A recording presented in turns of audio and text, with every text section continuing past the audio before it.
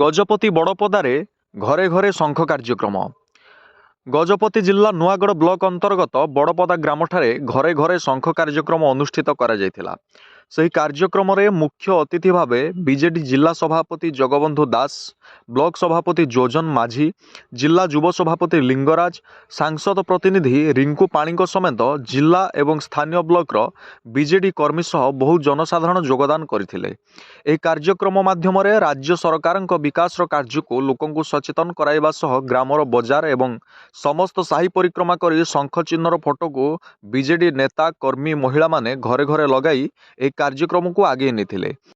ନୂଆଗଡ଼ ବ୍ଲକର ବଡ଼ପଦା ଗ୍ରାମ ପଞ୍ଚାୟତର ଆଜି ବଡ଼ପଦା ଗ୍ରାମରେ ବର୍ତ୍ତମାନ ମାନ୍ୟବର ମୁଖ୍ୟମନ୍ତ୍ରୀଙ୍କର ନିର୍ଦ୍ଦେଶ ଅନୁଯାୟୀ ପ୍ରତ୍ୟେକ ଘର ଘର ଶଙ୍ଖ କାର୍ଯ୍ୟକ୍ରମ ଆରମ୍ଭ ହୋଇଛି। ଆର ମୂଳ ଲକ୍ଷ୍ୟ ହେଲା ସବୁ ମା ମାନେ ଏବଂ ଆମର ଦଳୀୟର ସମସ୍ତ କର୍ମୀ ସାହି ସାହି ବୁଲି ମାନ୍ୟବର ମୁଖ୍ୟମନ୍ତ୍ରୀଙ୍କ ବିକାଶ ଧାରାକୁ କିଭଳି ଆଗକୁ ନେବା ଏଇଟା ଆମର ଲକ୍ଷ୍ୟ। ଆଉ ଗଜପତି ଜିଲ୍ଲାରେ ଘରେ ଘରେ ଶଙ୍ଖ କାର୍ଯ୍ୟକ୍ରମ କାଲି ବି ଆରଉଦଗିରି ବ୍ଲକରେ ହେଇଥିଲା, କାଶୀନଗର ବ୍ଲକରେ ହେଇଥିଲା, ଆଜି ନୂଆଗଡ଼ ବ୍ଲକରେ ଏଇଟା ଏଇ କାର୍ଯ୍ୟକ୍ରମ ଚାଲିଛି। ତେଣୁ ତାପରେ ଆମର ବୁଥ୍ କମିଟି ଆଉ ବିଭିନ୍ନ କାର୍ଯ୍ୟକ୍ରମ ରହିଛି। ତେଣୁ ଆଜି ଆମ ବ୍ଲକର ଯେକୌଣସି ଗୋଟେ ଗୋଟେ ଜାଗାରେ ଷ୍ଟାର୍ଟ କରାହେଉଛି। ଆଜି ନୂଆଗଡ଼ ବ୍ଲକର ଏଇ ଜାଗାରେ ଆଜି ପ୍ରୋଗ୍ରାମ କରାହେଉଛି। ଆଜ୍ଞା ପ୍ରତ୍ୟେକ ଗାଁ ଗଣ୍ଡା ପର ପଲ୍ଲୀରେ ମୋ ଘର ଶଙ୍ଖ ଯୋଜନା କାର୍ଯ୍ୟକାରୀ ଚାଲିଛି ଏବଂ ଚାଲୁ ରହିଛି ଆଉ ରହିବ ମଧ୍ୟ।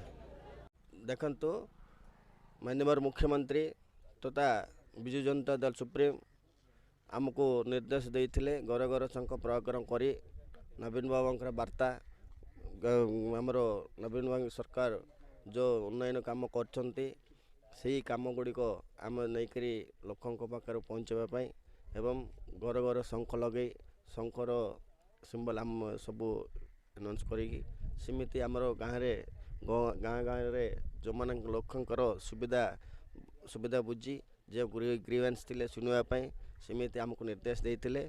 ଆଜି ଆମର ନୂଆଗଡ଼ ବ୍ଲକରେ ବଡ଼ପଦା ପଞ୍ଚାୟତରେ ବଡ଼ପଦା ଗାଁରେ ଆୟୋଜିତ କରୁଥିଲୁ।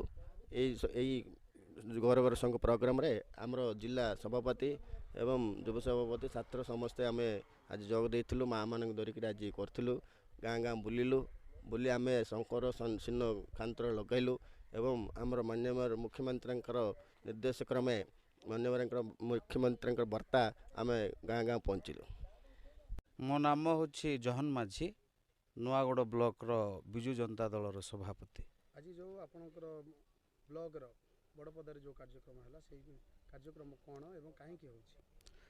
ଆଜି ବାସ୍ତବରେ ମୁଁ କହିବି ଯେ ମାନ୍ୟବର ମୁଖ୍ୟମନ୍ତ୍ରୀଙ୍କର ଯେଉଁ ଘରେ ଘରେ ଶଙ୍ଖ ପ୍ରୋଗ୍ରାମ ବା କାର୍ଯ୍ୟକ୍ରମ ଯେଉଁଟା ନିର୍ଦ୍ଦେଶ କ୍ରମେ ଆମମାନଙ୍କର ଗଜପତି ଜିଲ୍ଲାର ସଭାପତିଙ୍କ ଉପସ୍ଥିତିରେ ଆମମାନଙ୍କର ବଡ଼ପଦା ପଞ୍ଚାୟତରେ ଆମେ ପ୍ରତିଷ୍ଠା କରି ଆରମ୍ଭ କରି ତାକୁ ଆମେ ଘରେ ଘରେ କାର୍ଯ୍ୟକ୍ରମ ଶଙ୍ଖର କରିଅଛୁ।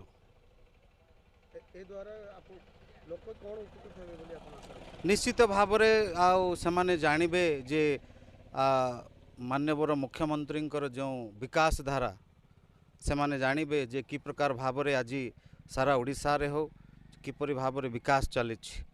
କୋଣେ ଅନୁକୋଣରେ ସମସ୍ତେ ଜାଣିବା ଦରକାର ଯେ ଶଙ୍ଖ ବା ରାଜ୍ୟ ସରକାର କିପରି ଭାବରେ ସମସ୍ତ ରୂପାନ୍ତରଣ କରୁଛନ୍ତି ତାହା। ଇଭେନ୍ ଆମମାନଙ୍କର ଯେଉଁ ଗ୍ରାମାଞ୍ଚଳରେ ମଧ୍ୟ ଏହି ସମସ୍ତ କାର୍ଯ୍ୟକ୍ରମ ଜାରି ରହିବ ନିଶ୍ଚିତ ଭାବରେ ଆମମାନଙ୍କର। ତେଣୁ ମୁଁ ଆଉ କ'ଣ କହିବି ଯେ ବାସ୍ତବରେ ମାନ୍ୟବର ମୁଖ୍ୟମନ୍ତ୍ରୀଙ୍କୁ ମୁଁ ବିଶେଷ ଧନ୍ୟବାଦ ଦେବି ଯେ ଯେଉଁ କାର୍ଯ୍ୟକ୍ରମ ଦ୍ୱାରା ସମସ୍ତେ ଜ୍ଞାତ ହୁଅନ୍ତି, ସମସ୍ତେ ଜାଣନ୍ତି ଯେ ଏପରି ଭାବରେ ମାନ୍ୟବର ମୁଖ୍ୟମନ୍ତ୍ରୀ ନବୀନ ପଟ୍ଟନାୟକ ବିକାଶ କରୁଛନ୍ତି।